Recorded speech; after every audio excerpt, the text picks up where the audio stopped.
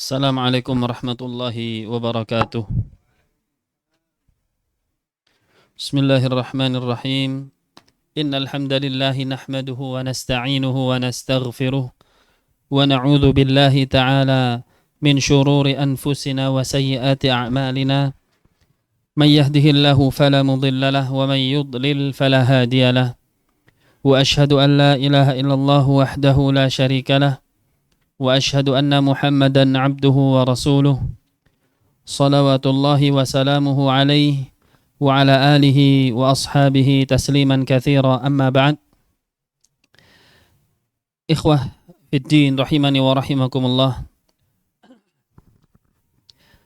Alhamdulillah kita bisa melanjutkan kembali kegiatan rutin kita, yaitu majelis ilmu, yang mana kita masih dalam pembahasan akidah yang kita ambil dari kitab Al-Usulul Thalathah, buah karya dari Syekh Muhammad bin Abdul Wahhab rahimahullahu ta'ala, dan kita beristifadah dari penjelasan Syekh Shalih Fauzan hafizahullahu ta'ala, dan insyaallah kita lanjutkan dari risalah yang ada di antum semuanya, adalah tentang 3 perkara yang wajib diketahui dan diamalkan oleh kaum muslimin.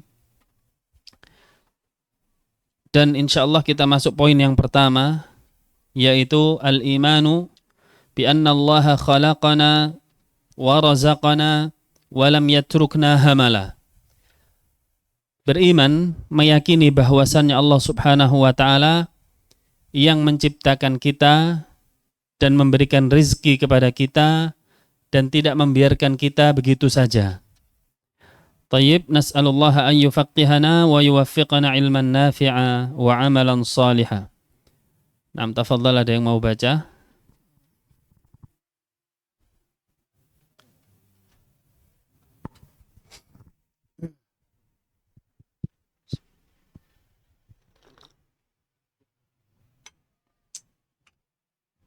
Tiga masalah tersebut adalah: pertama, bahwasanya Allah lah sang pencipta kita dan sang pemberi rezeki kepada kita, dan tidak akan membiarkan kita begitu saja. Akan tetapi Allah mengutus seorang Rasul kepada kita.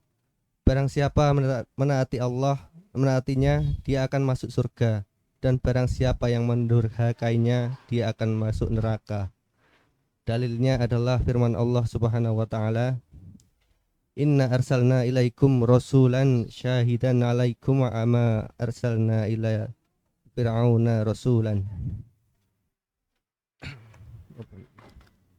fa'asa fir'aunur rasula fa'akhadnahu akhdaw wabila. Nah, ini adalah pembahasan berikutnya setelah kita mengetahui 4 hal yang wajib dipelajari oleh setiap manusia. Kemudian saat ini Syekh mengatakan ada 3 pokok masalah inti Islam yang wajib diketahui dan diamalkan oleh setiap kaum muslimin dan muslimah. Beliau mengatakan yang pertama dari 3 masalah tersebut adalah beriman, meyakini, tentu saja di atas ilmu, bahwasannya Allah Subhanahu wa ta'ala adalah yang menciptakan kita. Bahwasanya Allah Subhanahu wa ta'ala yang menciptakan kita.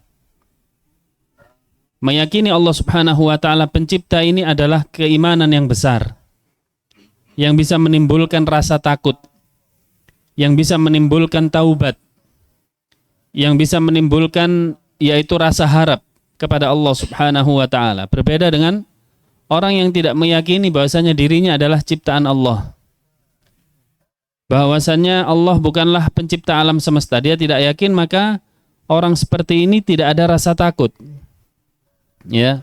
Kemudian tidak akan muncul darinya rasa bersalah sehingga ada keinginan untuk taubat. Maka saya katakan beriman bahwasanya Allah adalah sang pencipta, ini adalah keimanan yang besar. Bahkan Allah Subhanahu wa ta'ala menyebutkan di dalam surat Al-Baqarah, perintah yang pertama, Allah sebutkan rububiyahnya yang pertama adalah khalq, penciptaan. Ya ayyuhan nasu ubudu rabbakumul ladzi khalaqakum walladzina min qablikum la'allakum tattaqun. Wahai sekalian manusia, sembahlah Rabbmu. Perintah untuk menyembah kepada Allah Subhanahu wa taala, perintah untuk bertauhid kepada Allah Subhanahu wa taala. Sebabnya apa? Sebabnya banyak sebenarnya. Allah yang memberikan rizki, Allah yang memiliki surga dan neraka, Allah mempunyai azab yang pedih, juga Allah yang menciptakan. Tetapi di surat Al-Baqarah ayat 21 itu Allah sebutkan alladzi khalaqakum. Ya, Allah tidak sebutkan alladzi razaqakum. Nanti rizki pada ayat yang ke-22. Alladzi khalaqakum, yang menciptakan kalian. Ya. Ini adalah kunci mati. Bahwasanya tidak ada siapa yang bisa menciptakan makhluk. Ya, makhluk tidak akan bisa menciptakan makhluk karena makhluk adalah yang diciptakan. Makanya Allah sebutkan perintah besar disertai dengan keimanan yang besar. Meyakini bahwasanya Allah adalah sang pencipta. Ini akan menimbulkan perasaan bahwasanya kita ini dimiliki, bukan memiliki. Kita diatur bukan mengatur. Alladzi khalaqakum walladzina min qablikum la'allakum tattaqun. Dan yang menciptakan orang-orang sebelum kalian, yang mana mereka diazab oleh Allah Subhanahu wa taala ketika enggan mengikuti rasul-rasul mereka. Ya, la'allakum tattaqun, supaya kalian wahai orang-orang yang beriman, wahai manusia, itu adalah takut, waspada. Takut kepada Allah Subhanahu wa taala. Kemudian yang kedua di sini razaqana. Baru disebutkan yang memberikan rizki juga. Khalaqana wa razaqana semuanya rububiyah. Semuanya adalah amalan atau pekerjaan Allah Subhanahu wa taala, baik menciptakan atau memberikan rizki. Oleh karenanya di ayat yang ke-22 disebutkan ya, alladzi ja'ala lakumul arda firasya was samaa'a binaa'a wa anzala minas samaa'i ma'an fa akhraja bihi minats thamarati rizqan lakum. Allah yang menghamparkan bumi sehingga kita bisa berpijak di atasnya. Allah yang menjadikan langit sebagai naungan untuk kita. Kemudian Allah turunkan hujan dari atas langit sehingga tumbuhlah buah-buahan dan tumbuh-tumbuhan. Untuk apa? Untuk kita manfaatkan. Ya, ini adalah razaqana. Allah sebutkan rizki. Ya, kemudian pada akhir ayat Allah sebutkan fala taj'alu lillahi andada. Maka atas itu semua janganlah kalian menjadikan bagi Allah itu sekutu-sekutu, tandingan-tandingan. Kenapa? Karena tandingan-tandingan selain Allah tidak mampu melakukan itu semua, baik menciptakan ataupun memberi rizki. Ya, maka ini keimanan yang besar, yang sangat mendasar, yang apabila seseorang memiliki keimanan seperti ini, dia akan mudah dinasehati. Dia akan mudah kembali ke jalan yang benar. Dia merasa dirinya butuh kepada penciptanya. Ini banyak sekali faedahnya. Kemudian Syekh mengatakan walam yatrukna hamala. Dan Allah tidak membiarkan begitu saja setelah menciptakan, memberikan rizki, selesai? Tidak. Lam yatrukna hamala. Allah tidak meninggalkan kita begitu saja. Ya sudah, gunakan fasilitas. Ajalmu selesai, meninggal dunia, sudah selesai. Ya, apakah seperti ini? Tidak. Kata Syekh di sini, bal arsala ilaina rasulah. Allah Subhanahu wa taala mengutus seorang rasul kepada kita. Faman ata'ahu dakhalal jannah wa man asahu dakhalan nar. Barang siapa yang mentaati utusan Allah tadi, konsekuensinya dia masuk surga. Dan barang siapa yang mendurhakai Rasul tadi dan menggunakan fasilitas Allah tentunya, maka dia dakhalan nar, masuk ke dalam neraka. Dalilnya adalah di surat Al-Muzammil ayat yang ke-15 sampai 16, inna arsalna ilaikum rasulan syahidan alaikum, sesungguhnya kami, kata Allah, mengutus kepada kalian seorang utusan, syahidan alaikum, yang akan menjadi saksi bagi kalian nanti, ya, bahwasanya Rasul sallallahu alaihi wasallam nanti ketika semua manusia dibangkitkan, Rasul sallallahu alaihi wasallam menjadi saksi bagi seluruh manusia, terutama umatnya. Sedangkan rasul-rasul yang lainnya menjadi saksi bagi umatnya masing-masing. Ya. Kama arsalna ila fir'auna rasula, sebagaimana kami mengutus kepada Fir'aun seorang utusan, seorang rasul. Allah Subhanahu wa taala berikan perumpamaan kepada kita Fir'aun. Karena Fir'aun adalah makhluk yang sangat membangkang kepada rasulnya. Walaupun pada akhir hayatnya dia beriman kepada Rabbnya Musa dan Harun, akan tetapi keimanan tersebut tidak bermanfaat, ya, karena hidup sudah di ujung tanduk. Tidak bermanfaat. Fir'aun mengimani, hendak mengucapkan keimanan kepada Allah Subhanahu wa taala di saat dirinya sudah terancam ingin, yaitu ditenggelamkan di dasar lautan. Maka tidak bermanfaat taubat dari Fir'aun tersebut. Dan dijadikan perumpamaan di sini supaya kita merasa bahwasanya Fir'aun yang memiliki kekuatan yang besar, pasukan yang banyak, jabatan yang tinggi, harta yang melimpah, seluruhnya dikuasai, bagaimana jadinya? Binasa. Jadinya bagaimana? Binasa. Kata Allah Subhanahu wa taala, fa'asa fir'aunur rasula fa'akhadnahu akhdhaw wabila. Ketika Fir'aun bermaksiat atau durhaka kepada rasulnya, yaitu Musa alaihi salam, maka kami azab dengan azab yang pedih, yaitu ditenggelamkan ke dasar lautan. Bagaimana kalau kita tidak punya pasukan, ya, tidak punya daerah, wilayah, harta juga pas-pasan, ya, dan lain sebagainya, tidak lebih besar dari Fir'aun, tentu ini adalah hal yang lebih kita waspadai akan azab Allah tersebut.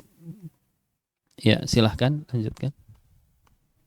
Penjelasan perkataan beliau bahwasanya Allah lah sang pencipta kita, yaitu Allah Ta'ala menciptakan kita dari tidak ada menjadi ada. Allah Subhanahu wa Ta'ala berfirman, hal ata 'alal insani hinum minad dahri lam yakun syai'am madhkura.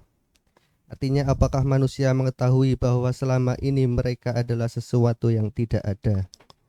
Ayat di atas menunjukkan bahwa manusia asalnya adalah tidak ada, dan yang menciptakan mereka adalah Allah Subhanahu wa Ta'ala. Sesuatu dengan firman Allah Ta'ala,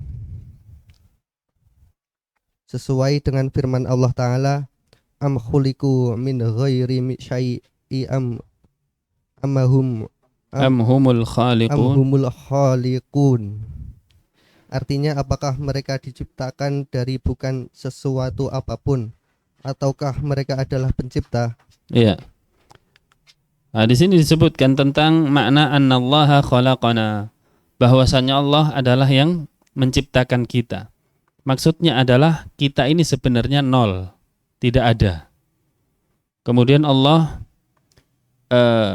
takdirkan pertemuan di antara dua makhluknya, laki dan perempuan, kemudian tercampurlah di rahim seorang ibu. Kemudian Allah Subhanahu wa Ta'ala jadikan proses pembentukan manusia di rahim ibu, dan pada usia 4 bulan ditiupkan ruh oleh seorang malaikat, yaitu yang diutus oleh Allah Subhanahu wa Ta'ala kepada janin. Disebutkan oleh Nabi SAW, setelah ditiupkan ruh, ditulis rizkinya, kemudian ditulis ajalnya, kemudian ditulis takdirnya, apakah dia baik atau mengalami kehidupan yang baik atau kehidupan yang buruk. Ya, maka di situ di dalam rahim tersebut dijadikan proses pembentukan dan penulisan takdir kepada manusia yang akan lahir. Ya. Kemudian ketika dilahirkan oleh seorang ibu, bayi tersebut tidak mampu apa-apa. Ya, tidak mampu apa-apa. Bahkan disebutkan oleh para ulama bahwasannya kita ini tercipta dari air yang hina, yang apabila air tersebut keluar, kita diperintahkan untuk mandi. Ya, kita diperintahkan untuk mandi dan air itu dibuang, tidak ada artinya. Bahkan disiram supaya hilang. Itulah kita tercipta dari hal tersebut. Yang terhina. Min nutfatin idza tumna. Dari nutfah yang apabila terpancarkan. Ya. Kemudian setelah ada di rahim ibu, seorang wanita sebelum mengandung dia memiliki darah haid. Hakikat darah haid adalah apa? Kotoran, ya. Kata Allah Subhanahu wa taala, "Wa yas'alunaka 'anil mahid, qul huwa adza." Mereka bertanya tentang haid. Katakanlah wahai Muhammad, haid itu adalah adza, kotoran. Fa'tazilun nisaa fil mahid. Jauhilah wanita ketika dia haid. Tahukah jamaah sekalian bahwasanya ketika seorang wanita mengandung janin, janin tersebut makanannya adalah haid. Darah haid tidak keluar ketika seorang wanita mengandung. Oleh Allah Subhanahu wa taala diubah masuk ke dalam plasenta sehingga memberikan asupan makanan untuk embrionya. Nah, di sini darah haid tersebut terhenti ketika wanita mengandung. Kemana? Larinya ke janin. Itulah makanan kita di saat ada di dalam rahim ibu kita. Kemudian ketika dilahirkan, darah tersebut belum keluar, lari ke ASI, air susu ibu. Dan itulah yang kita konsumsi selama kita kecil. Dari cairan yang hina, konsumsi kita adalah barang yang kotor. Yang apabila barang itu ada, wanita nggak boleh sholat, nggak boleh puasa. Subhanallah. Ketika kita menyadari hal ini akan meredam kesombongan dalam diri kita. Ya. Ini akan menjadi hati kita dan pikiran kita untuk mudah bersyukur kepada Allah Subhanahu wa taala. Kemudian setelahnya tumbuh kembang. Allah lengkapi dengan akal, Allah sempurnakan akalnya sampai pada saat masa baligh baru Allah tetapkan ada hukum syariat padanya. Ada yang wajib, ada yang haram dan seterusnya. Nah, sungguh sangat disayangkan ketika seseorang sudah tumbuh kembang dan disempurnakan akalnya oleh Allah Subhanahu wa taala, kemudian dia membangkang kepada Allah Subhanahu wa taala. Tidakkah dia ingat dari mana asalnya? Pertama, dan kedua, tidakkah dia ingat bahwasannya bumi yang dia pijak, fasilitas hidup yang dia gunakan, siapa yang mempersiapkan? Maka ini adalah keimanan yang besar, pelajaran yang sangat mendasar yang harus diketahui oleh seorang muslim dan muslimah. Bahwasanya Allah Subhanahu wa taala yang menciptakan kita dan memberikan rizki kepada kita semuanya. Dalilnya di sini disebutkan di dalam surat Al-Insan, hal ata 'alal insani hinun minad dahri lam yakun syai'an madhkura. Tidakkah manusia itu merasa, ya, berpikir bahwasannya mereka itu sebelumnya adalah hal atau sesuatu yang tidak pernah disebut. Maksudnya tidak pernah ada. Nol. Seseorang dari kita mungkin usianya ada yang 30 tahun atau 40 tahun. 50 tahun yang lalu bagaimana? Adakah orang yang menyebut-nyebut nama kita? Adakah orang yang memperhitungkan kita? Tidak ada. sehingga kita memiliki jasa kepada manusia. Siapa yang memperjalankan itu semua adalah Allah Subhanahu wa taala. Kemudian kita menjadi orang yang bermanfaat bagi manusia. Siapa yang memperjalankan itu semua? Semuanya adalah Allah Subhanahu wa taala. Kemudian di sini disebutkan Allah Subhanahu wa taala berfirman, am khuliqu min ghairi syai'in am humul khaliqun. Ini adalah sindiran ya dan teguran Allah Subhanahu wa taala kepada orang-orang musyrik, kepada orang-orang yang tidak mau mengikuti dakwah Rasulullah sallallahu alaihi wasallam. Allah katakan, am khuliqu min ghairi syai'in am humul khaliqun. Apakah mereka itu tumbuh dengan sendirinya di muka bumi ini? Tidak ada yang menciptakan. Am humul khaliqun, atau bahkan mereka penciptanya? Ya, di sini. Naam, tafadhal. Perkataan beliau, dan Sang Pemberi rizki kepada kita. Seluruh kebutuhan kita di dunia ini seperti makanan, minum, pakaian, tempat tinggal, kendaraan, dan lain-lain, maka Allah Azza wa Jalla mengetahuinya dan memberikannya kepada kita dengan menundukkan segala yang ada di langit dan di bumi ini kepada kita agar kita tetap mampu bertahan hidup di dunia ini demi satu tujuan utama, yaitu beribadah kepadanya. Perkataan beliau kemudian warazaqana, dan maksud perkataan beliau adalah Syekh Muhammad bin Abdul Wahhab, warazaqana, dan Allah yang memberikan rezeki kepada kita. Ini menunjukkan bahwasannya kita sangat butuh kepada Allah Subhanahu wa taala. Ya. Dan Allah Subhanahu wa taala tidak butuh kepada kita. Kita harus paham di sini. Jangan sampai kita memiliki perasaan kalau kita beribadah Allah menjadi bertambah kekayaannya, enggak. Seluruh ibadah kita akan kembali kepada diri kita. Dan jamaah sekalian, Allah Subhanahu wa taala walaupun dimaksiati, walaupun Allah Subhanahu wa taala itu tidak diikuti perintahnya atau dilanggar larangannya, tapi Allah Subhanahu wa taala pernah menahan rezekinya. Ya, kita lihat bagaimana kondisi orang kafir. Jazakallahu khair. Kita lihat bagaimana kondisi orang-orang kafir yang justru mereka tidak menyembah Allah Subhanahu wa taala. Allah tetap penuhi rezekinya. Inilah bedanya Allah dengan makhluknya.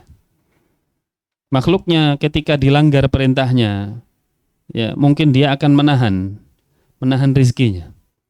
Mungkin dia juga akan menjauhi kepada orang itu. Tetapi tidak bagi Allah Subhanahu wa taala yang memiliki sifat Ar-Rahman. Alhamdulillahi Rabbil Alamin, Ar-Rahman, Ar-Rahim. Maha suci Allah Subhanahu wa taala, Rabb semesta alam, yang memiliki sifat Ar-Rahman, Dzu rahmatin wasi'ah. Ar-Rahman artinya adalah Allah Subhanahu wa taala memiliki kasih sayang yang luas sekali. Bahkan kepada orang kafir sekalipun, orang kafir bisa kenyang atau tidak, Pak? Kenyang. Orang kafir bisa tidur, merasakan nikmatnya tidur. Orang kafir juga bisa merasakan nikmatnya pemandangan-pemandangan yang indah. Ini semuanya adalah atas rahmat Allah Subhanahu wa taala. Ya. Bahwasanya Allah Subhanahu wa taala adalah sang pemberi rizki. Tetapi ketahuilah bahwasannya atas rahman dan rahim Allah Subhanahu wa taala, di situ Allah Subhanahu wa taala juga mengatakan bahwasanya wa anna adzabi huwal adzabun azim. Dan bahwasannya azabku juga azab yang sangat pedih. Ya, maka ancaman ini kepada orang-orang kafir yang menggunakan fasilitas dari Allah Subhanahu wa taala tetapi tidak mentaati perintahnya dan menjauhi larangannya. Ya. Dan kalau kita perhatikan, semuanya yang bersinggungan dengan kehidupan kita itu datangnya dari Allah Subhanahu wa taala. Tidak usah jauh-jauh, bumi yang kita injak adalah buminya Allah Subhanahu wa taala. Air yang kita teguk adalah makhluk Allah Subhanahu wa taala. Kendaraan yang kita naiki itu adalah bahan-bahannya dipersiapkan oleh Allah Subhanahu wa taala. Kalau zaman dulu tunggangan adalah hewan-hewan yang merupakan makhluk Allah Subhanahu wa taala. Ketika kita ingin menikmati daging sapi yang besar itu bisa ditaklukkan oleh manusia. Siapa yang melakukannya? Atas izin Allah Subhanahu wa taala. Kata Allah Subhanahu wa taala, "Huwallazi khalaqalakum ma fil ardi jami'a." Dialah Allah Subhanahu wa taala yang menciptakan seluruh yang ada di bumi ini untuk fasilitas kalian wahai manusia. Subhanallah. Bagaimana kalau seandainya Allah tidak tundukkan sapi atau onta atau mungkin kambing, ya, bisa berontak kemudian lari sehingga kita tidak mampu mengejarnya. Ini semuanya adalah atas izin Allah Subhanahu wa taala. Makanan-makanan yang kita makan juga datangnya dari Allah Subhanahu wa taala. Maka para ulama menyebutkan sungguh ya sangat durhaka, keburukan yang sangat buruk. Amalan yang sangat buruk adalah membalas kebaikan dengan keburukan. Makanya ada salah seorang Bani Israel, pengikut Nabi Musa, yang memberikan nasihat kepada siapa? Qarun. Wa ahsin kama ahsanallahu ilaik. Wahai Qarun, berbuat baiklah seperti Allah telah berbuat baik kepadamu. Berbuat baiklah seperti Allah telah berbuat baik kepadamu. Fasilitas dibuka kepada Qarun, ternyata Qarun durhaka, kufur kepada Allah Subhanahu wa taala.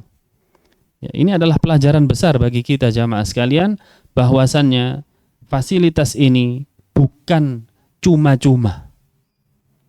Fasilitas ini bukan cuma-cuma. Para ulama mengatakan, silahkan Anda bermaksiat kepada Allah dengan syarat jangan gunakan fasilitas Allah. Bisa? Tidak mungkin bisa. Kalau kita bermaksiat, saya nggak gunakan fasilitas Allah, tumbuh-tumbuhan atau hewan. Lah, kamu berada di mana? Di bumi Allah, injak bumi Allah. Bisa kita bermaksiat tidak menginjak bumi Allah? Kalau seandainya bisa, nafas oksigen juga dari Allah Subhanahu wa taala. Kedua, kata ulama tadi, jika engkau memang mau bermaksiat kepada Allah, silahkan dengan syarat nanti ketika malaikat maut sudah mau mencabut nyawa, katakan, wahai malaikat, saya nggak mau mati sekarang, nanti dulu. Besok atau lusa, saya mau taubat. Nah, jika ini bisa, maka silahkan. Silahkan untuk bermaksiat. Maka ini adalah pelajaran yang sangat berharga jamaah sekalian, bahwasannya Allah kita beriman bahwasannya Allah Subhanahu wa taala yang memberikan rizki kepada kita semua dan fasilitas yang kita gunakan dalam hidup kita. Nah, perkataan beliau, dan tidak akan membiarkan kita begitu saja. Bahwa Allah menciptakan kita dengan hikmah yang agung dan tidak menciptakan kita sia-sia. Allah Subhanahu wa taala berfirman, "Afa hasibtum annama khalaqnakum abasa wa annakum ilaina la turja'un." Artinya, apakah kalian mengira kami menciptakan kalian sia-sia begitu saja dan kalian tidak dikembalikan kepada kami? Sesungguhnya Allah Ta'ala menciptakan kita dan menciptakan segala sesuatu untuk kebutuhan kita. Tidaklah semua ini hal yang tidak ada artinya, melainkan ada hikmah besar di balik itu semua, yaitu agar kiat menyembah hanya kepadanya. Dan berbeda halnya pada hewan-hewan yang mana diciptakan untuk maslahat manusia, kemudian mati dan selesai begitu saja. Karena hewan-hewan tidak dibebani dengan perintah dan larangan.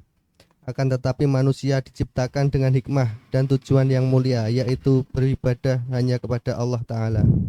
Sesuai dengan firman-Nya, "Wa ma khalaqtul jinna wal insa illa liya'budun."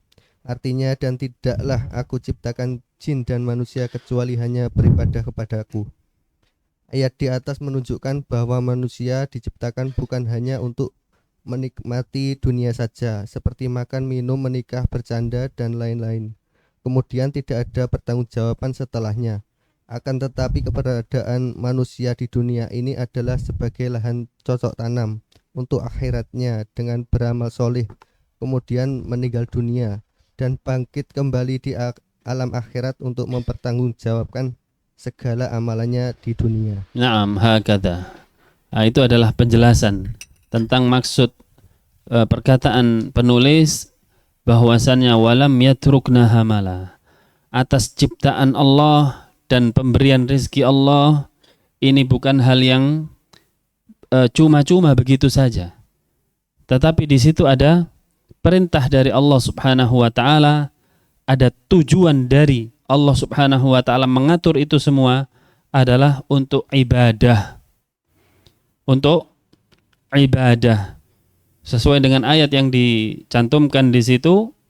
Yang pertama, afa hasibtum annama khalaqnakum abatha wa annakum ilaina la turja'un. Wahai manusia, apakah kalian mengira bahwasannya kami menciptakan kalian begitu saja sia-sia? Ya. Diciptakan kemudian dibiarkan, wa annakum ilaina la turja'un, dan bahwasanya kalian tidak akan kembali kepada kami. Nah, kalau kita baca ayat ini merupakan nasihat dan merupakan ayat pengingat, karena terkadang kita terlena dengan keindahan dunia. Sehingga dengan ayat ini kita bisa kembali ke jalan Allah Subhanahu wa taala. Makanya Allah Subhanahu wa taala mengatakan wa ma 'allamnahu asy-syi'ra wa ma yanbaghi lah. Kami tidak mengajarkan yaitu kepada Muhammad syair. Ini bukan syair. Wa ma wala yanbaghi lah, dan itu tidak pantas bagi kami, kata Allah. Ya. Wa ma 'allamnahu asy-syi'ra wa ma yanbaghi lah. In huwa illa dzikrun wa Qur'anun mubin. Itu adalah zikrun, pengingat Al-Qur'an ini. Wa Qur'anum mubin, dan sebuah yaitu bacaan yang nyata. Al-Qur'an merupakan penjelasan tentang tata cara hidup, petunjuk manusia yang nyata. Kemudian dicantumkan di situ juga wa ma khalaqtul jinna wal insa illa liya'budun. Dan tidaklah aku ciptakan jin dan manusia kecuali hanya untuk beribadah kepadaku. Nah, ini prinsip, kemudian kita jadikan start pedoman hidup. Bahwasanya tujuan hidup kita adalah ibadah. Sedangkan apapun kegiatan kita di dalam dunia ini berangkat dari prinsip ini. Ya, bekerja dengan niat untuk ibadah. Bagaimana caranya? Cari yang halal, yang diridhai oleh Allah Subhanahu wa taala.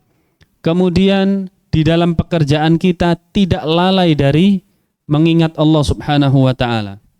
Ya ayyuhalladzina amanu la tulhikum amwalukum wa auladukum an dzikrillah.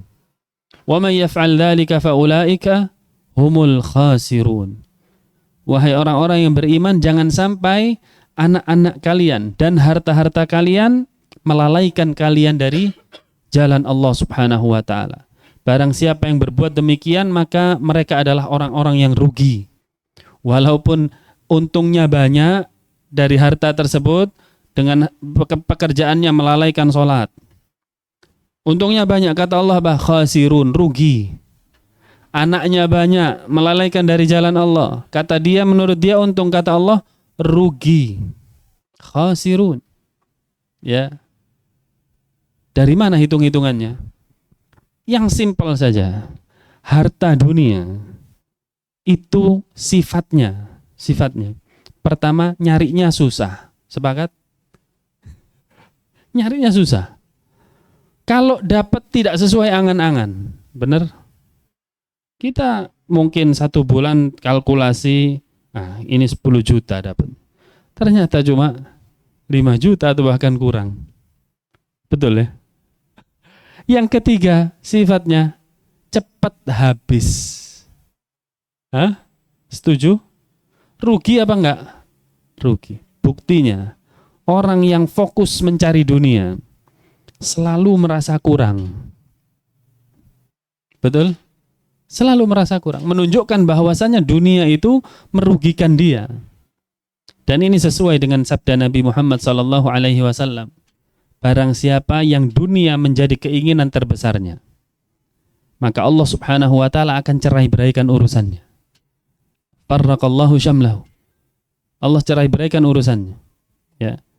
Dan kemudian Allah Subhanahu wa taala tidak menambah rizki kepadanya kecuali yang ditulis saja. Artinya tidak barokah rizkinya. Tidak barokah. Ikhwan sekalian, kita pilih mana? Rizki sedikit tapi barokah atau banyak tidak barokah? Pilih mana? Banyak, pintar ya. Sepakat satu madhab sama saya. Banyak barokah. Ya. Nah, seandainya disuruh milih lagi, ini apa namanya? Mudah-mudahan ya. Ini mudah-mudahan kita semua diberikan rezeki yang banyak dan barokah. Ya. Dan mudah-mudahan dimasukkan ke dalam surga Allah Subhanahu wa taala. Aminnya banyak yang pertama. Baik.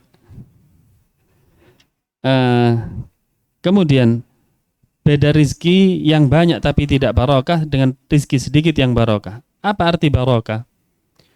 Barokah adalah ziyadatul khairi wa dawamuha. Barokah itu adalah bertambahnya kebaikan dan sifatnya langgeng. Terus, continue. Prakteknya, kadang ada orang yang gajinya mungkin 2 juta penghasilannya 1 bulan. Tapi ada flash donasi, ya, butuh segera untuk bantuan masjid, dia sumbang. Ada donasi lagi untuk kegiatan kajian, dia sumbang. Ya. Kemudian ada seseorang yang membutuhkan, dia keluarkan lagi dari hartanya. Kemudian anak-anaknya sekolah mondok semua lancar. Pak, kerjanya apa, Pak? Kok bisa kayak gini? Ya, saya cuma dagangan biasa. Berapa, Pak, omsetnya?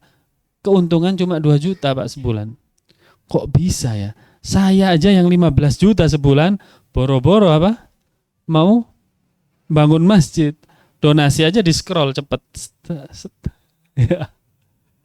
Ini bedanya. Ada rezeki yang barokah, ada yang tidak barokah. Barokah artinya di dalam rezekinya, hartanya dia bisa menimbulkan pahala-pahala yang banyak. Dari hartanya dia bisa menimbulkan pahala yang sangat banyak sekali. Nah, ikhwan fiddin rahimani wa rahimakumullah, di dalam kita mencari rizki dari Allah Subhanahu wa ta'ala, berangkatlah dari perasaan bahwasanya tujuan hidup kita adalah ibadah. Tidak mungkin, dicatat ya, tidak mungkin Allah Subhanahu wa ta'ala mengurangi jatah rizki kita karena kita beribadah. Nggak mungkin, sama sekali. Yang ada apa? Yang ada ditambah ya. Setiap ayat Al-Quran, hadis Nabi SAW berbicara tentang ibadah, Allah kaitkan dengan rezeki.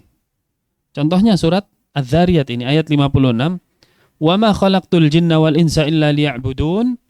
Dan tidaklah, itu di situ saya tulis 3 ayat atau cuma ayat ini saja? 56, 57, 58 atau hanya 56 saja? 56 saja. Ayat 57-nya, 56-nya kan tadi mengatakan tidaklah aku ciptakan jin dan manusia kecuali hanya untuk beribadah. Ayat 57-nya Allah Subhanahu wa taala berfirman, "Ma uridu minhum mir rizqin wa ma uridu an yut'imun." Ya, Allah katakan setelah ngomong ibadah tadi, saya tidak menginginkan mereka, yaitu manusia dan jin, untuk memberikan rizki kepada saya atau memberikan makan kepada saya. Apa kaitannya ibadah kok tahu-tahu bicara rizki Allah Subhanahu wa ta'ala? Ayat berikutnya juga Allah Subhanahu wa ta'ala berfirman, "Innallaha huwar razzaq." Allah itulah yang memberikan rizqi. Dzul quwwatil matin. Dan zat yang maha kokoh lagi maha kuat. Ini kata para ulama membuktikan bahwasannya ibadah, ketakwaan itu justru mendatangkan rizki. Ya, justru mendatangkan rizki. Banyak sekali dalil di dalam Al-Quran, di antaranya surat Thaha. Ya, Allah Subhanahu wa taala berfirman, "Wa'mur ahlaka bis-salati wastabir 'alaiha." Perintahkanlah keluargamu untuk sholat dan bersabarlah di atasnya.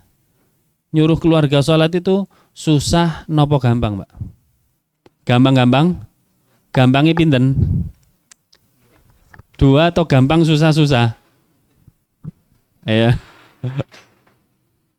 Nah, kata Allah Subhanahu wa taala, "Wastabir 'alaiha." Bersabar kalian untuk menyuruh keluargamu sholat. Menyuruh keluargamu untuk berada di atas agama Allah, sabar. Jangan dimarah-marahin. Terus diingatkan, nggak mau lagi. Terus. Kemudian Allah katakan apa? La nas'aluka rizqa. Kami tidak minta rizki darimu. Apa hubungannya? Ini suruh keluarga sholat untuk bersabar, kemudian Allah langsung bicara, La nas'aluka rizqa. Kami tidak meminta rizki darimu. Ya. Nahnu narzuquk. Bahkan kami yang memberikan rizki kepadamu. Wal aqibatu littaqwa. Dan akibat yang baik bagi orang-orang yang bertakwa. Ini bukti bahwasanya ibadah itu mendatangkan rizki. Selalu Allah kaitkan. Maryam bintu Imran juga begitu kan? Maryam bintu Imran hidupnya di mana? Mihrab. Apa mihrab itu? Tempat ibadah, bukan salah satu nama mall ya. Kalau Maryam sekarang di mana? Ya. Di toko, ada di mall, di pasar. Perempuan tempatnya di rumah. Yang cari uang siapa? Lelaki. Ya, lelaki. Saya pakai cadar, hatta pakai cadar. Allah Subhanahu wa taala mengatakan apa? Waqarna fi buyutikunna wa la tabarrajna tabarrujal jahiliyatil ula. Tempat kalian wahai wanita itu di rumah. Ya, tempatnya di rumah. Kecuali berbeda kalau memang dia kerja bisa menjaga batasan. Ini kalau ada bos harus dituntut juga, terima karyawati, berat konsekuensinya. Pertama, dia harus memperhatikan auratnya harus tertutup secara syar'i. Kedua, ikhtilat harus dihindarkan dengan karyawan, antara karyawan dan karyawati. Nah, seperti itu. Jangan sampai kita punya karyawati tapi menjadi peluang maksiat, timbul fitnah. Ada orang kaum muslimin dan muslimah pilih pekerjaan yang gajinya sebenarnya nggak seberapa. Dia milih apa? Bisa bergaul bebas antara laki-laki dan perempuan. Nah ini. Emang bosnya terus didiemin nanti sama Allah Subhanahu wa taala. Kullukum ra'in wa kullukum mas'ulun an ra'iyati. Setiap kalian itu adalah pemimpin dan setiap pemimpin akan dimintai pertanggungjawabannya oleh Allah Subhanahu wa taala. Maka kalau punya pekerjaan, kalau ada karyawati khusus bagian admin, mungkin ada ruangan khusus, tidak masalah. Jangan biarkan apa? Interaksi dengan lawan jenis secara bebas. Kalau sesekali ada kebutuhan maka tidak mengapa. Ya, Maryam tadi di mana? Di mihrab. Bagaimana kondisinya? Apakah Maryam tidak bisa makan? Apakah Maryam kemudian rizkinya berkurang? Disebutkan kullama dakhala 'alaiha Zakaria al-mihraba wajada 'indaha rizqa. Rizki lagi yang disebut oleh Allah. Ibadah sambungannya rizki. Setiap Nabi Zakaria ini ku pakleknya Maryam. Bukan paklek langsung tapi istrinya yang buliknya Maryam. Ya. Kemudian ketika setiap masuk mihrabnya wajada indaha rizqa. Nabi Zakaria selalu menemukan rizki. Yang kata para ulama rizkinya itu jika saat itu musim panas, buah-buahannya di luar mihrabnya musim panas, di mihrabnya Maryam ada buah musim dingin. Dan sebaliknya. Sehingga Nabi Zakaria pun terkejut dengan mengatakan, Anna laki hadha. Milik siapa ini? Di luar gak ada kok. Anti aja yang punya. Ya, siapa yang nganter? Kata Maryam apa? Qalat huwa min indillah. Ini dari Allah Subhanahu wa taala. Innallaha yarzuqu man yasha'u bighairi hisab. Sesungguhnya Allah Subhanahu wa taala kalau memberikan rizki kepada hambanya bighairi hisab, tanpa hitung-hitungan. Katanya kalau manusianya apa? Hitung-hitungan. Kalau saya sedekah sekian enggak sesuai sama pendapatan saya ini, nanti bisa berkurang. Padahal Rasulullah mengatakan sedekah tidak mengurangi harta. Apalagi sedekah untuk penuntut ilmu. Didoakan langsung oleh Rasulullah, la'allaka turzaqu bi. Mudah-mudahan engkau diberikan rizki karena ini, membiayai penuntut ilmu, membiayai kajian. Nah, di sini. Kemudian jamaah sekalian, kita lihat dari pelajaran tersebut, ternyata Maryam yang selalu di rumah, ya, ibaratnya seperti itu, rezekinya tidak berkurang. Kenapa?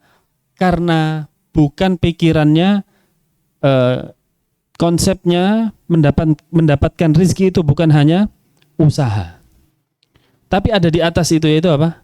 Takwa, ibadah.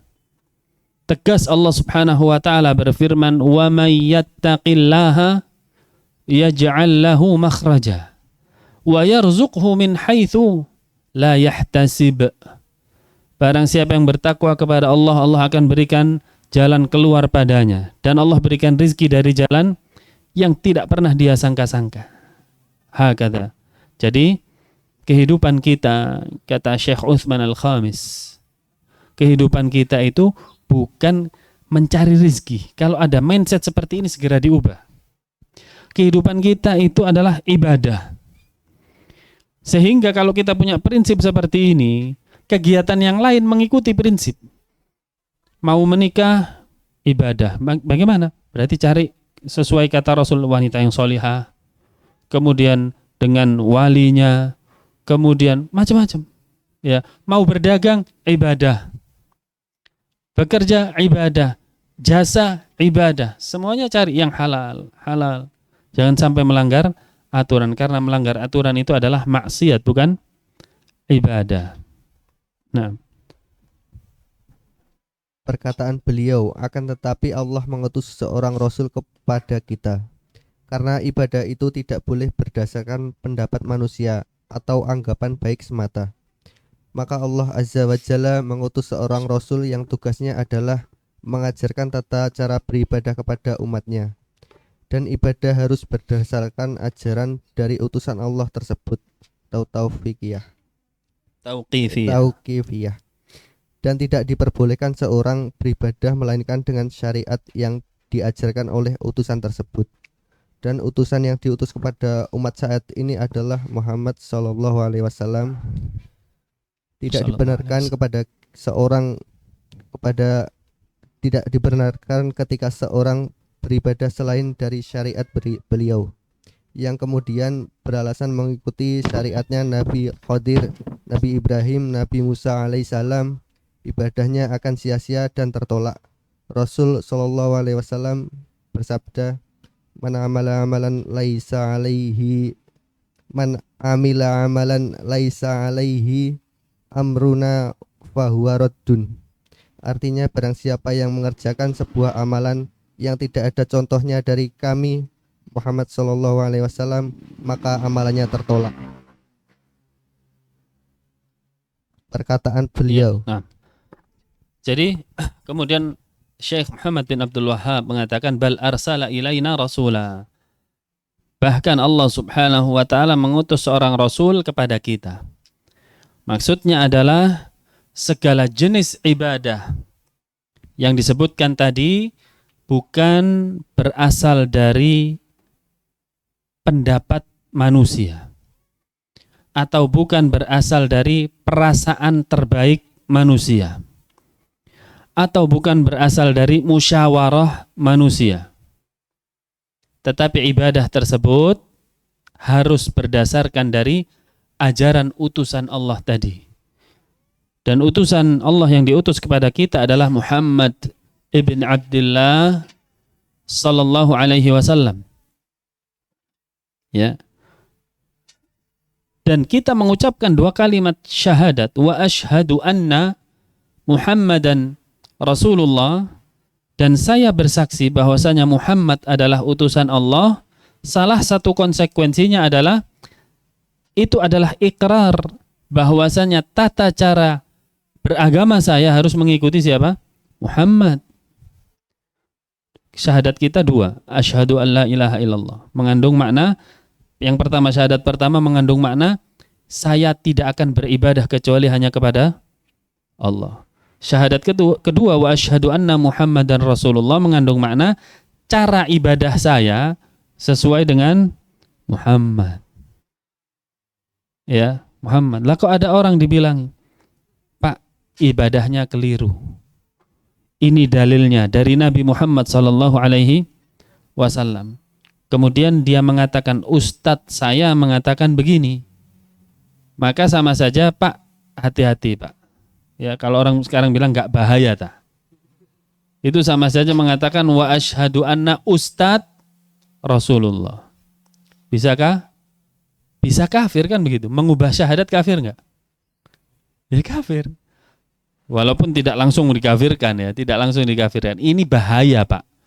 Sama saja Bapak itu mengatakan saya bersaksi bahwasanya ustadz lah utusan Allah. Lah kok ada dalil dari Rasulullah dengan jelas dibenturkan dengan ucapan manusia. Madhab Syafi'i, madhab Hambali, madhab Hanafi, wa ashhadu anna Syafi'i Rasulullah. Begitu? Bahaya. Ya, bahaya sekali. Atau ada yang mengatakan, engkau mengikuti Nabi Muhammad, saya hormati Anda. Tapi saya mengikuti yang lebih tua dari Muhammad. Yaitu siapa? Khadir. Yang mengikuti syariatnya Nabi Khadir. Bukankah Nabi Musa toleransi ketika Nabi Khadir membunuh seorang anak, kemudian melobangi perahu? Ya, Nabi Musa toleransi. Menunjukkan di sini ada keluasan ketika berbeda pendapat. Ini namanya akidah bahluliyah. Dari mana? Nabi Musa diutus untuk siapa? Kaumnya saja, Bani Israel. Sedangkan Nabi Muhammad rahmatan lil alamin, seluruh alam. Gak ada pilihan. Kata Nabi Muhammad, siapa yang mendengarku dan mengetahuiku menjadi nabi, tidak Yahudi maupun Nasrani, kemudian tidak beriman kepadaku, pasti tempatnya nanti di neraka. Ya.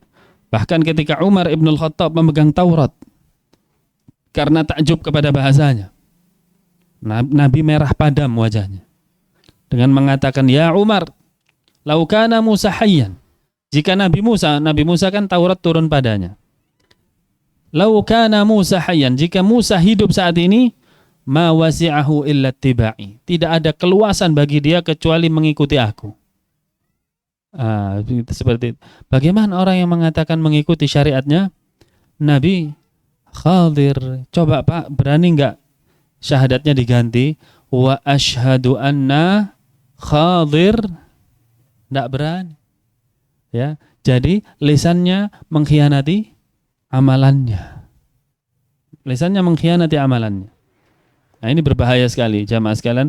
Jadi ungkapan kita wa asyhadu anna Muhammadan Rasulullah ini adalah perkara yang besar. Ya, dengannya haram darah kita, dengannya haram harta kita, dengannya haram kehormatan kita. Perkara besar. Akad sama saja akad. Bagaimana kalau akad jual beli? Harta yang haram sebelumnya jadi halal karena sudah ada akad jual beli. Akad nikah sebelumnya haram jadi halal. Sama. Syahadat ini juga termasuk bagian dari akad. Ikrar kita dengan mengucapkan dua kalimat syahadat yang awalnya darah itu halal jadi haram, harta itu halal jadi haram, kemudian kehormatan halal jadi haram. Ya, ini besar, perkara besar. Tidak boleh dibuat main-main. Ternyata konsekuensi dari kalimat syahadat yang kedua, ya, pokok bahasan kita adalah tata cara beribadah harus mengikuti siapa?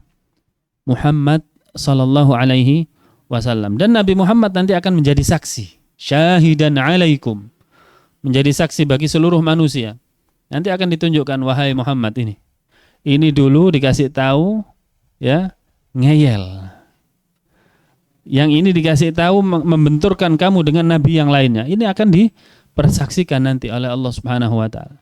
Makanya nanti ada yang berkumpul di telaga Nabi sallallahu alaihi wasallam, kemudian ada yang diusir. Suhqan begitu. Kemudian ketika diusir, Nabi Muhammad mengatakan ummati, umatku. Kemudian Allah mengatakan, ya Muhammad, innaka la tadri ma ahdatsu ba'dak. Wahai Muhammad, kamu tidak tahu apa yang diperbuat mereka sepeninggalmu. Buat acara baru ini. Ya, buat ajaran baru, subhanallah. Maka kata penulis di sini, man ata'ahu dakhalal jannah. Barang siapa mentaati Muhammad, dia akan masuk surga. Wa man asahu dakhala an-nar. Dia akan masuk ke dalam neraka. Nah, silahkan lanjutkan. Saya nggak boleh buru-buru sama Ustaz Aziz, jadi santai. Perkataan beliau, seorang rasul dan utusan yang diutus kepada umat saat ini adalah Muhammad sallallahu alaihi wasallam, penutup para rasul. Beliau diutus untuk menjelaskan tujuan kita diciptakan ke Allah di dunia dan menjelaskan tata cara beribadah kepada Allah, dan melarang kita untuk berbuat syirik, kufur, maksiat kepada Allah. Dan beliau telah menjelaskan semuanya dan meninggalkan kita di atas ajaran yang putih bersih, terang benderang. Dan Allah sempurnakan agama ini lewat perantara beliau sallallahu alaihi wasallam. Allah Ta'ala berfirman, Al-yawma akmaltu lakum dinakum wa atmamtu alaikum nikmati wa raditu lakum Islam dina. Artinya, pada hari ini telah aku sempurnakan bagi kalian agama kalian, dan aku sempurnakan nikmatku atas kalian, dan aku telah ridho bahwa Islam adalah agama bagi kalian. Iya, saya kira jelas ya. Silahkan dilanjutkan. Perkataan beliau, maka barang siapa yang mentaati seluruh perintah beliau, dan balasannya adalah surga. Ya, ini adalah faman ata'ahu. Barang siapa yang mentaati seluruhnya, bukan mengambil sebagian dan membuang sebagian yang lainnya. Ya. Perintah yang cocok dengan hatinya dia ambil, yang tidak cocok dengan hatinya dia buang. Ini namanya bukan taat. Ya, taat adalah mengambil semuanya sempurna, bi ihsan, dengan sebaik-baiknya. Dan ketahuilah bahwasanya ketaatan ini timbul dari rasa cinta. Betul? Ketaatan itu pasti timbul dari rasa cinta. Orang kalau benci bisa taat atau tidak? Benci, Pak. Awalnya saya benci sama si fulan. Kemudian si fulan tadi memerintahkan, Pak, tolong besok datang ke rumah saya. Datang nggak? Gitu. Benci tidak taat. Cinta itu akan taat. Ya. Jadi ketika seseorang mengaku cinta, kemudian kok tidak taat, maka cintamu palsu. Ya. Cintamu palsu. Cinta itu hakikatnya adalah taat. Semua perintahnya diikuti, larangannya ditinggalkan. Ya, nah, teruskan.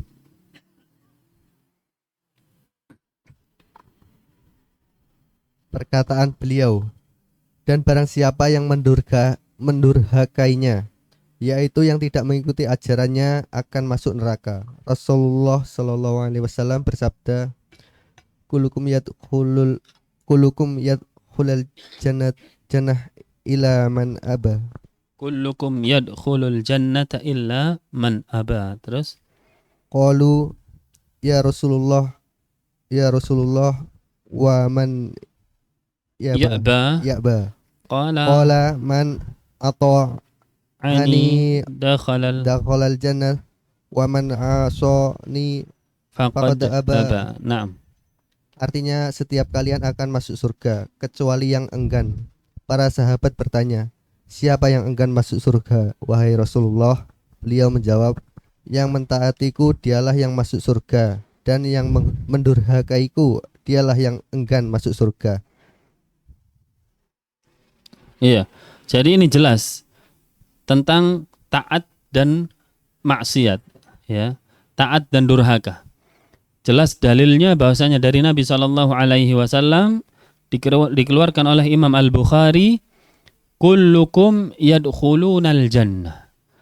Ya, kullukum yadkhulul jannah illa man aba.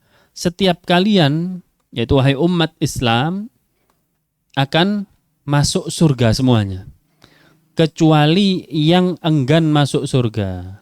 Para sahabat bertanya, heran, kok ada yang enggan masuk surga ya Rasulullah?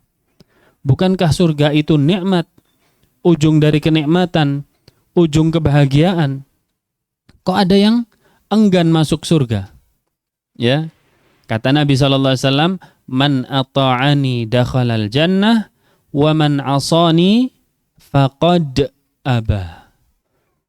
Yang mentaati saya, itulah yang masuk surga. Dan siapa yang enggan? Yang enggan adalah yang bermaksiat kepada saya, yang durhaka, tidak mau ikut sunnah saya, maka itulah yang enggan masuk surga. Jelas dalilnya. Ya. Perkataan beliau dan dalilnya adalah, yaitu dalil tentang pengutusan Rasul oleh Allah Subhanahu wa taala, yaitu pada surat Al-Muzammil 15-16 yang disebutkan oleh penulis di atas. Tafsirnya, inna, sesungguhnya kami, dan kami yang dimaksud dalam lafaz ini adalah Allah Subhanahu Allah taala. Dan Allah menggunakan lafaz kami di sini adalah untuk menerangkan atas keagungan Allah Subhanahu wa taala, dan bukanlah bermakna bahwa lafaz kami itu adalah jumlahnya lebih dari satu. Ya, jadi di situ ya, saya potong dulu. Ini banyak dipermasalahkan oleh orang-orang kafir, non-muslim. Buktinya kalian katanya menyembah Tuhan yang esa, tapi Tuhannya sendiri bilang inna. Na itu apa artinya, kawan? Di sini ada pelajaran bahasa Arab, Ustaz ya? Ada ya. Berarti wajib saya uji ini. Nahnu itu adalah jumlah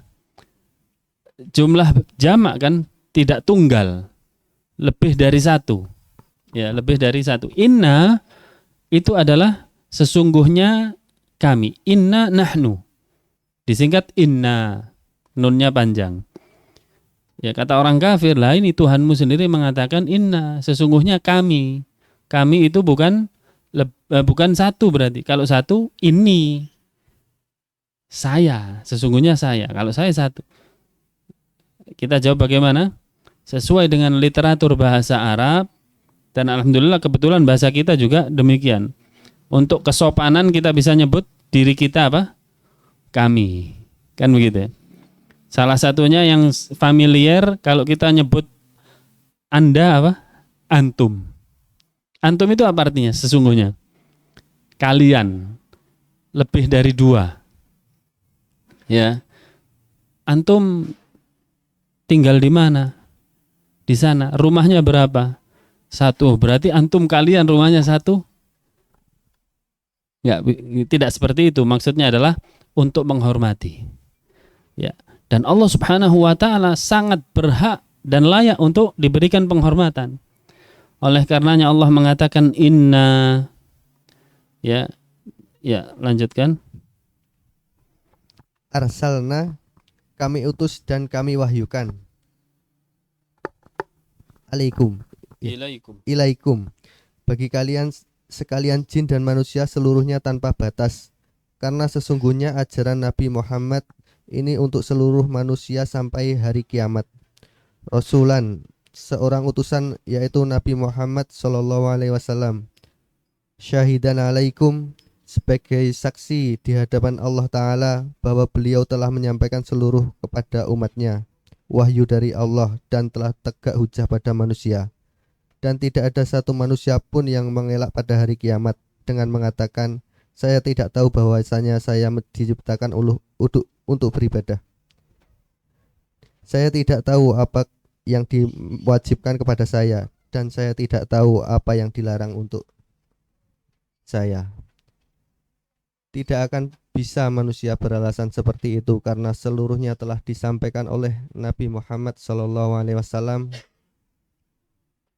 Kama arsalna ila fir'auna rasulan. Rasul yang diutus kepada Fir'aun adalah Musa alaihissalam. Yes. Taib. Jadi itu makna dari syahidan alaikum, ya. Seperti saya katakan tadi, Rasul akan menjadi saksi nanti. Tidak bisa kita di hadapan Allah, kemudian Rasul dibangkitkan, dihadapkan ke kita, kemudian kita mengatakan, ya Allah, saya dulu ya tidak tahu kalau ini sunnah. Ya Allah, saya tidak tahu kalau dulu ini bid'ah. Tidak ada hujjah seperti ini. Rasul telah menyampaikan, kebenaran telah sempurna, PR-nya ada di mana? Di kita pribadi, mau belajar atau tidak.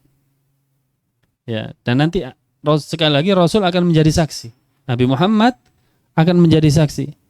Oh, ente yang mengatakan asyhadu anna Muhammadar Rasulullah. Ya, tapi hanya di bibir saja. Oh, ente yang mengatakan cinta kepada saya tapi tidak mau ikut sunnah saya.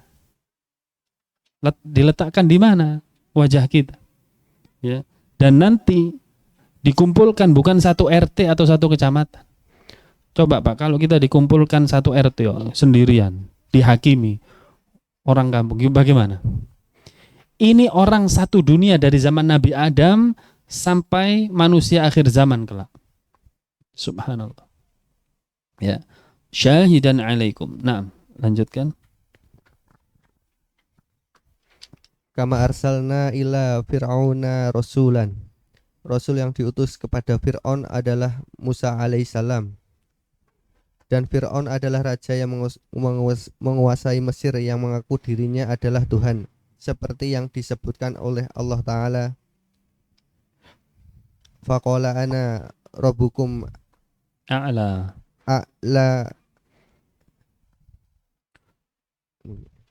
Fasof. Ya, jadi yang disebutkan di dalam dalil tadi yang disebutkan oleh penulis, permisalan dari Allah Subhanahu wa taala, yaitu makhluk yang durhaka kepada rasulnya adalah Fir'aun. Dan sebagus-bagus permisalan adalah permisalan yang besar, sehingga yang di bawahnya mudah mengambil ibrah, mudah mengambil pelajaran dari hal tersebut. Ya. Jadi Fir'aun adalah sedurhaka-durhaka makhluk, disertai juga dia memiliki kekuasaan, harta, dan jabatan yang sangat besar. Ya, jika Fir'aun saja dihukum oleh Allah Subhanahu wa taala atas segala macam kemampuannya, apalagi orang-orang yang berada di bawahnya. Itu maksudnya. Fa'asa Fir'auna rasul. Asa Fir'aunur rasulah. Rasulah. Dan Fir'aun mendurhakai utusan Allah kepadanya, yaitu Musa alaihissalam. Fa'akhadnahu,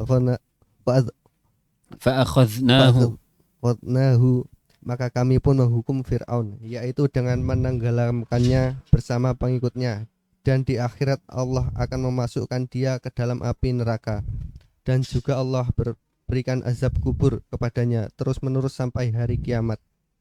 Allah Ta'ala berfirman, An-naru yu'raduna 'alaiha ghuduwan wa 'ashiyya. Iya. Artinya neraka ditampakkan dalam kubur Fir'aun siang dan malam. Bayangkan ya, di kuburannya Fir'aun mulai zaman dulu. Nabi Muhammad itu berapa? 1400 sekian tahun yang lalu ya. Kalau dari Nabi Muhammad ke Musa, berapa juta tahun itu? Itu mulai matinya Fir'aun sampai sekarang, di kuburannya diadab. Ditampakkan neraka ghuduwan wa 'ashiyya, pagi dan petang. Ditampakkan neraka. Bagaimana? Subhanallah. Mudah-mudahan kita diselamatkan Allah Subhanahu wa taala dari siksa kubur dan azab api neraka. Amin ya. Qul amin ya jamaah.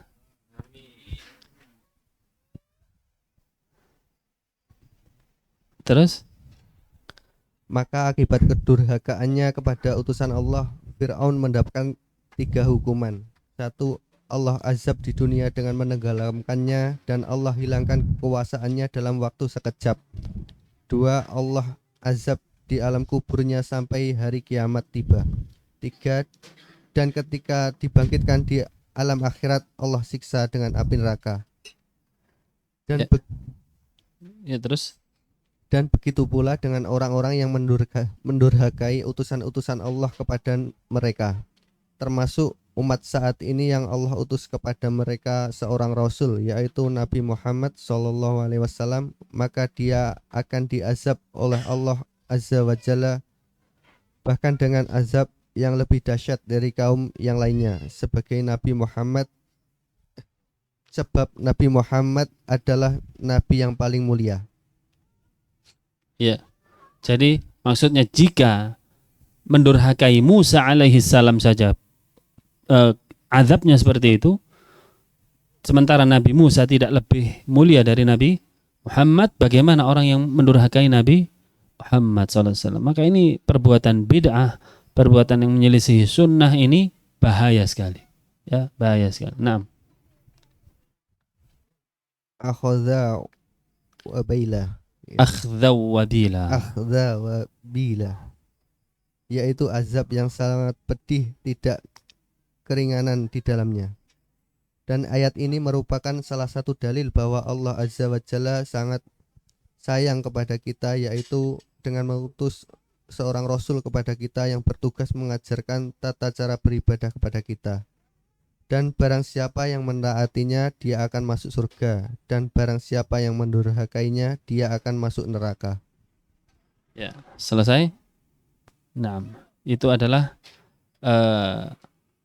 penjelasan dari poin pertama, yaitu al-iman, keimanan kita yang harus kita ketahui. Apa kata Syekh Muhammad bin Abdul Wahab? Yang pertama, keyakinan bahwasanya Allah adalah sang pencipta kita dan pemberi rizki kepada kita, yang tidak meninggalkan kita begitu saja. Bahkan Allah utus seorang rasul yang tujuannya untuk diikuti tata cara ibadah dan beragamanya. Barang siapa yang mengikutinya masuk surga, dan yang mendurhakainya masuk ke dalam neraka. Wallahu ta'ala alam. Mudah-mudahan bermanfaat. Silahkan jika ada yang mau ditanyakan sebelum diakhiri. Barakallahu fikum. Tadi kan dijelaskan beranu itu mau tobat tapi tertolak karena ajal sudah sampai ke Kerongkongan. Nah itu bagaimana kondisinya kalau misal anak ini dapat vonis hukuman mati, sudah jelas pasti akan mati karena tobat, ini gimana? Karena ajal itu sudah pasti. Ya, naam. Vonis hukuman mati ini adalah ancaman, betul? Yang dimaksud pintu taubat tertutup, kata Nabi SAW, adalah malam yughargir, selama nyawa itu sudah taubat. Innama yuqbalu taubat minal abdi malam yughargir. Taubat itu senantiasa diterima selama nyawa belum di kerongkongan. Ketika nyawa di kerongkongan, ini ancaman atau real? Ancaman atau real? Nyawanya sudah di kerongkongan, real, sudah nyata. Sedangkan vonis hukuman mati, ancaman. Bisa terjadi, bisa tidak. Bisa dipahami. Baik. Jadi yang kalau ada vonis hukuman mati, sama dengan orang bawa ada pencuri itu ya, kita di borgol, diikat, saya sembelih kamu. Bawa pisau ini, kan sama. Ya. Nah itu bisa terjadi, bisa tidak. Baik. Barakallahu. Ada lagi sifatnya dan Fir'aun itu mati tapi kan nggak dikubur. Ibu-ibu jika ada pertanyaan bisa ditulis nggih. Untuk ibu-ibu bisa ditulis biar dibawa ke sini nanti. Iya, jadi kita harus bisa bedakan alam dunia dengan alam ruh. Kalau alam barzakh itu yang mengalami siksaan saat itu adalah ruhnya, ya, walaupun jasadnya itu diselamatkan di dunia oleh manusia. Paham ya? Ini beda dua alam ini. Dua alam ini sama dengan orang mengatakan ada orang tahu-tahu dia ingin menggali kubur. ingin memastikan ada bekas-bekas penyiksaan atau enggak. Bisa atau tidak? Tidak bisa. Karena alamnya sudah berbeda. Satu alam kubur, satunya kuburan. Ya, beda. Kuburan dengan alam kubur. Begitu juga dengan jasad Fir'aun, ya, di mumi sekalipun itu bukan menjadi ukuran dia itu selamat dari azab. Ya. Jadi walaupun jasadnya di dunia diselamatkan oleh manusia, itu adalah alam dunia, tetap tidak bisa dijadikan tolak ukur. Nah, wallahu a'lam.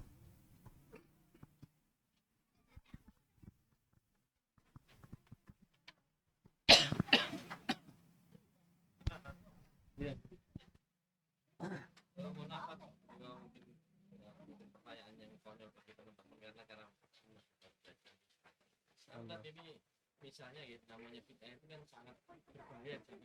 Iya. Misalnya yang melaksanakan itu nggak tahu kalau itu bid'ah, karena mungkin orang tua yang